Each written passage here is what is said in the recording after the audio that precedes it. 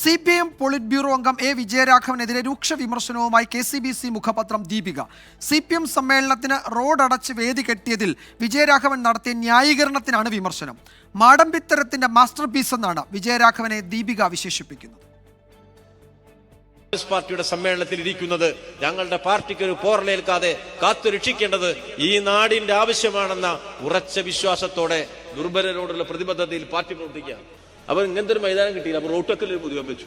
സഹിച്ചൂടാ, അയ്യോ റോട്ടൊക്കിൽ മാർക്സിസ്റ്റ് പൊതുയോഗം വെച്ചു.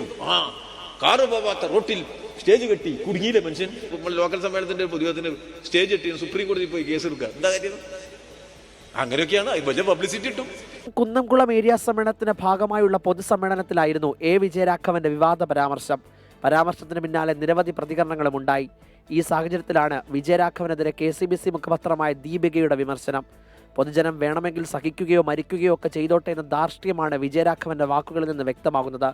മാടമ്പിത്തരത്തിന്റെ മാസ്റ്റർ പീസാണ് വിജയരാഘവനെന്നും ദീപിക വിമർശിക്കുന്നു. കുന്നംകുളത്തെ പാർട്ടി സമ്മേളനത്തിൽ പങ്കെടുക്കാൻ വന്ന വിജയരാഘവൻ കാറിലല്ലേ വന്നത്? പൊതുവഴി സ്റ്റേജ് കെട്ടാനുള്ളതാണെന്നും നിയമസഭാ മേശപ്പുറം നൃത്തമാടാനുള്ളതാണെന്നും കരുതുന്നവരുടെ രാഷ്ട്രീയ മനസ്സ് പൊതുസമൂഹം തിരിച്ചറിയണം. അധികാരം തന്ന ജനങ്ങളെ വെല്ലുവിളിക്കുന്ന സമീപം സ്വീകരിക്കുന്നു തുടങ്ങി രൂക്ഷമായ വിമർശനമാണ് ദീപിക മുഖപത്രത്തിൽ എ വിജയരാഘവനെതിരെ ഉള്ളത്. 24 കൊച്ചി.